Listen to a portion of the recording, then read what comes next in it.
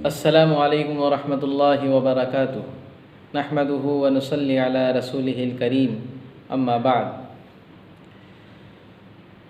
मोहतरम नाज़रीन, इस वीडियो में मैं ज़कात के मसाइल को बहुत ही आसानी के साथ समझाने की कोशिश करूँगा, इसलिए कि किताबों में बहुत से अल्फाज ऐसे मिलते हैं जो हमारी समझ में नहीं आते। हम अरबी ज़बान नहीं जानते, उर्दू जो बहुत हाई लेवल की उर्दू होती है उसको नहीं जानते, तो जो मसाइल फिर बयान किए जाते हैं तो वो एक लफ्ज़ की ना समझने की वजह से पूरा मसला हमको समझ में नहीं आता। इसलिए मैं नीचे से शुरू करूँगा। तो सबसे पहले हम आज ये समझते हैं कि निसाब किसको कहते हैं। अक्सर हम सुनते रहते हैं कि निसाब, साहिब निसाब, ये अल्फाज हमारे कानों से बार बार टकराते रहते हैं ज़कात के मसाइल के सिलसिले में। तो निसाब किसको कहते हैं?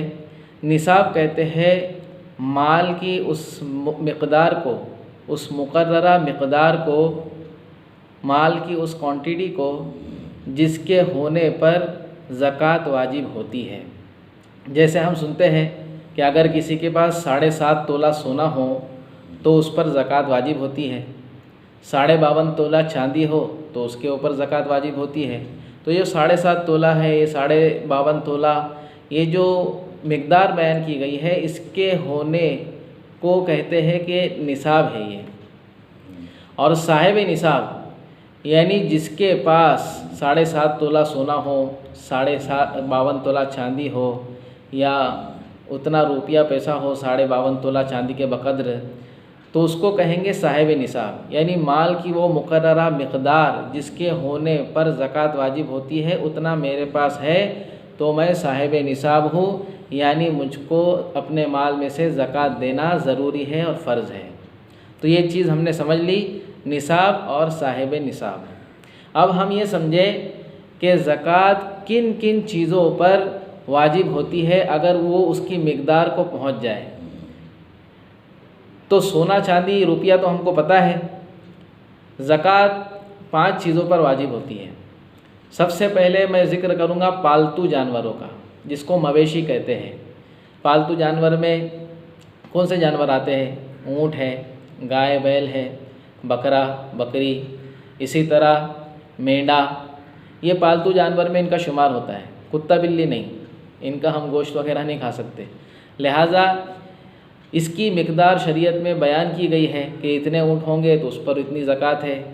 तो जो लोग जानवरों को पालते हैं, बकरा बकरी वगैरह गाय वगैरह को, तो उसकी एक मिक़दार होती है, उसके ऊपर अगर वो जानवर पहुंच जाए तो फिर उसमें से ज़कात देना वाजिब होती है। लेकिन ये मसाइल अक्सर हमारे साथ पेश नहीं आते, लिहाजा इस मसले की तय में हम नहीं जाएंगे। जिन लोगों के पास जानवर वगैरह है तो हमसे रुजू करेंगे तो उसको तफसील से हम बताएँगे। दूसरी चीज़ सोना और चांदी है। सोना और चांदी के ऊपर ज़कात वाजिब होती है अगर वो निसाब के बकद्र हो। इसी तरह अनाज, अनाज के अंदर जो खेतीबाड़ी जो लोग करते हैं, तो खेतीबाड़ी करने वालों पर एक मुकर्ररा मिक़दार पर जब उनकी खेती कटती है, अनाज उनके हाथ में आ जाता है, तो फिर उसमें से उश्र निकालना पड़ता है। उसके एक अलग मसाइल है।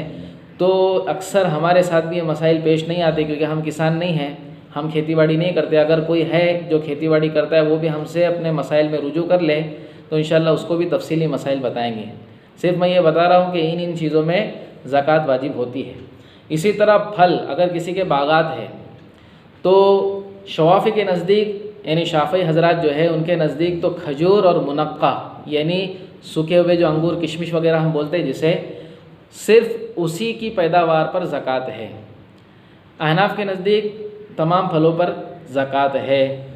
इसी तरह जो खेती करते हैं, और ऐसी खेती जिसको मला कहते हैं हमारे इलाके के अंदर, जैसे टमाटर ककड़ी वगैरह की जो खेती करते हैं, उन लोगों के ऊपर भी उनके पैदावार पर ज़कात आती है। लिहाजा ऐसे कुछ लोग हैं, आमतौर पर तो हमारे इलाके में ऐसे लोग नहीं हैं, तो वो भी अपने मसाइल हमसे पूछ सकते हैं। हमारी तरफ रुजू करेंगे तो हम इंशाल्लाह उनको तफसीली मसाइल बताएंगे, लेकिन अक्सर इन मसाइल की ज़रूरत पड़ती नहीं है। लिहाजा माल तिजारत ये सबसे अहम चीज़ है। माल तिजारत यानी जो हम पैसा बिज़नेस में लगाते हैं, अपने पैसे को बढ़ाना चाहते हैं, तो उस पर भी ज़कात है अगर वो उसकी मुकर्ररा मिक़दार तक पहुंच जाए। इसी के ज़िमन में बहुत सारी चीज़ें आएंगी। माल तिजारत एक वसी इसके अंदर मौजू छिड़ जाएगा।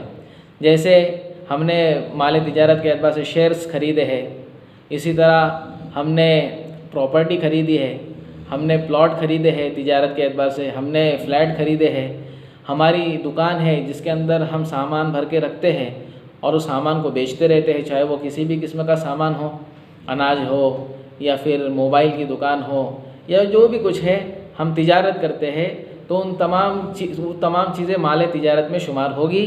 तो उसके अलग मसाइल है, उसके अंदर बहुत ज़्यादा जो है मसाइल बयान किए जाएंगे। लिहाजा हम बुनियादी चीज़ों को यहाँ पर समझ रहे हैं कि 5 चीज़ों पर ज़कात वाजिब होती है। फिर उसके अंदर से बहुत सारी शाखें निकलती है। लिहाजा इस वीडियो के अंदर हमने निसाब और साहिब निसाब की तशरीह की, किसको कहते हैं, इसी तरह किन किन चीज़ों पर ज़कात वाजिब होती है वो भी बताया। अब इंशाअल्लाह इसी तरह छोटे छोटे वीडियो बनाकर हम आपको एक एक मसला, दो मसले समझाएंगे, ताकि आपको देखने में भी आसानी हो जाए। वीडियो लंबी हो गई तो फिर आदमी जो है देख नहीं पाता, उतना वक्त नहीं होता। तो छोटे छोटे मसाइल इंशाअल्लाह हम बयान करेंगे और नीचे से शुरुआत करेंगे ताकि हर एक इंसान को, एक आम आदमी को भी बात समझ में आ जाए। अल्लाह रब्बुल इज़्ज़त अमल की तौफीक दे।